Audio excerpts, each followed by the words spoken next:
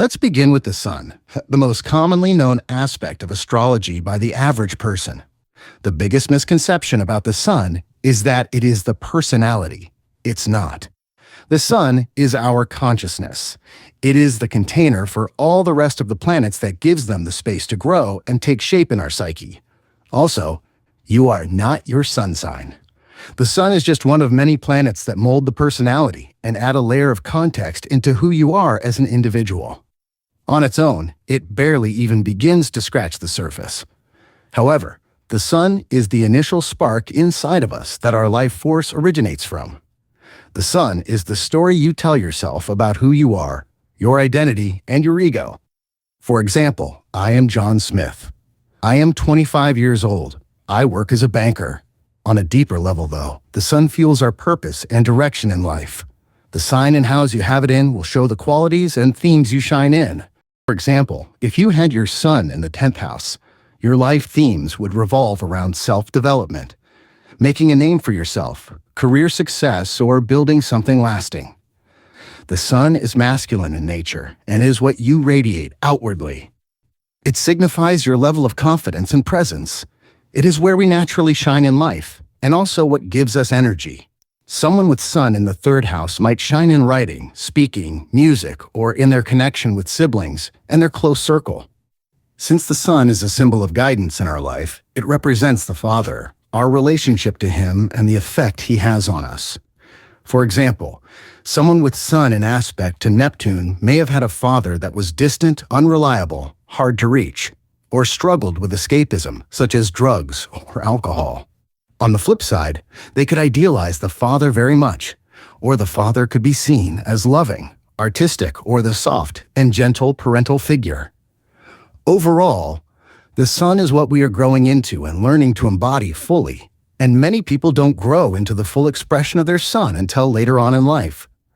A healthy sun is full of energy, able to take up space and consciously shape and direct life. Okay, now moving on to the moon. Here's where it gets deeper.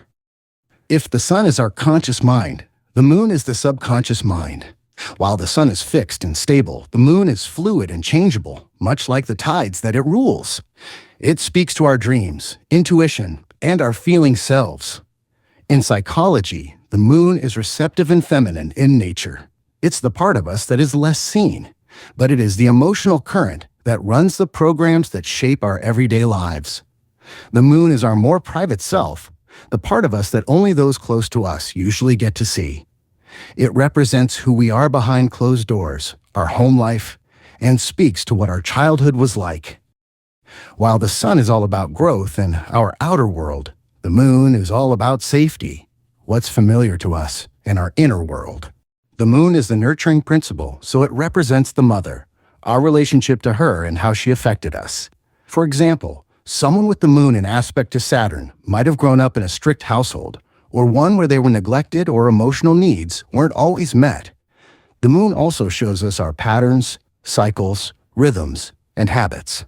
It also manifests as our unconscious desires and primal needs, especially the need to belong, be connected to our roots, and have a place to call home. The moon is comfort, but it can also be stagnancy. A healthy moon is self-soothing, self-nurturing, able to emotionally regulate and feel safe and secure from deep within.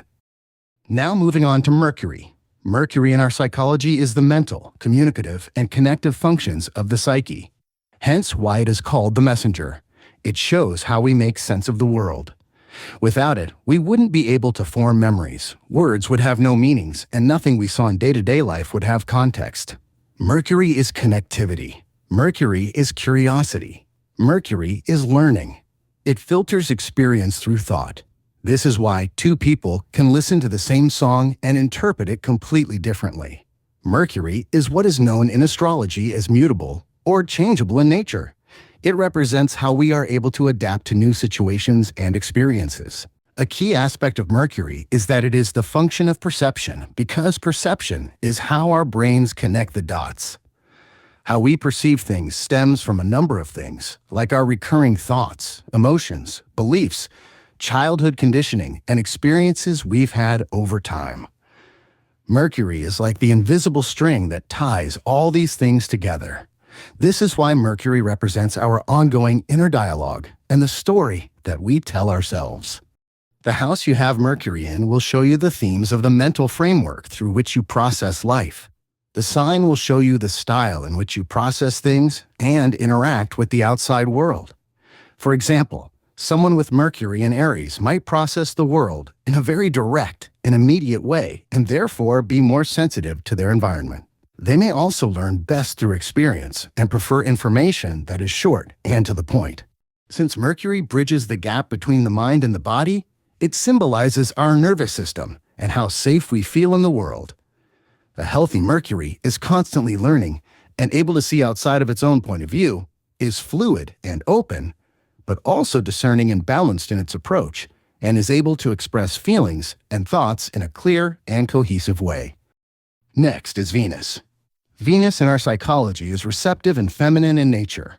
It is what is valuable inside of us, what we value, what we possess, and how we relate and harmonize with others. This is why it represents the physical body, how you feel about yourself, your approach to relationships, your self-worth, and also your gifts and talents. Since it rules over the senses, it's also what things bring us pleasure, what we're attracted to and find beautiful, and how we show affection. Someone with Venus in the fourth house may value privacy, security, family, home life, or the inner world more than anything else. Whereas someone with Venus in the ninth house may value freedom, new experiences, and connecting with people from different walks of life.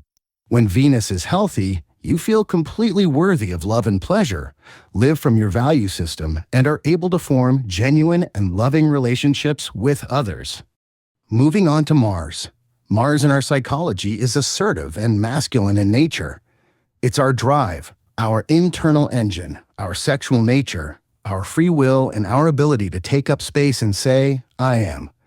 It is the raw energy that propels us forward into movement and action. If you have something you need to get done, you use your Mars. If you need to set a boundary, you use your Mars. If you need to defend yourself, again, that's Mars. On a surface level, Mars loves to compete and conquer by going after earthly goals and desires. But on a deeper level, Mars is about conquering the lower self in order to fully become one with the higher self. Someone with Mars in the 10th house would be most motivated by a need to either have an impact on the world, build themselves up in some way, or prove themselves through mastery in their chosen field. A healthy Mars is self-directed, knows what it wants, and takes action to get it. It is assertive without being aggressive or overly reactive.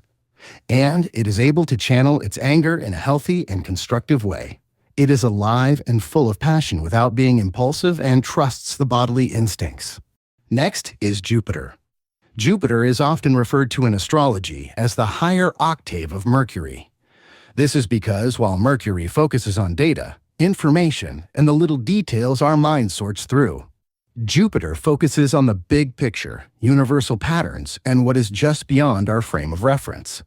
In our psychology, Jupiter is the urge to expand, to go beyond one's current circumstances, belief systems, or personal limitations. It's also our need to find and create meaning in life. This is why it represents faith, religion, culture, and belief. Someone who has their sun in aspect to Jupiter may be energized by exploring, learning, and having fun and new experiences.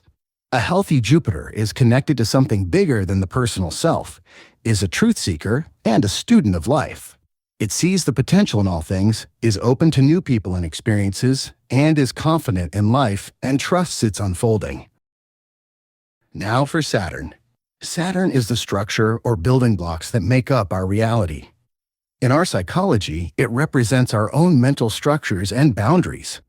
It also represents limits or challenges that are placed in our path to test us, but ultimately help us to grow stronger.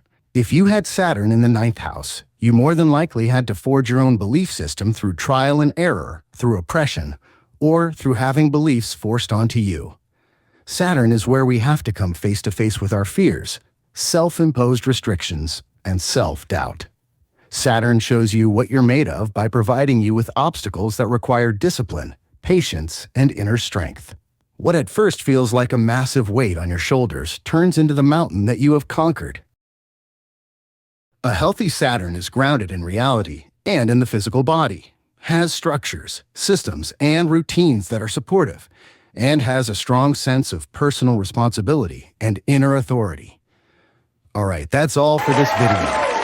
Don't forget to hit the subscribe button if you want to see more videos like this, and let me know what you think in the comment section. I'll see you in the next video.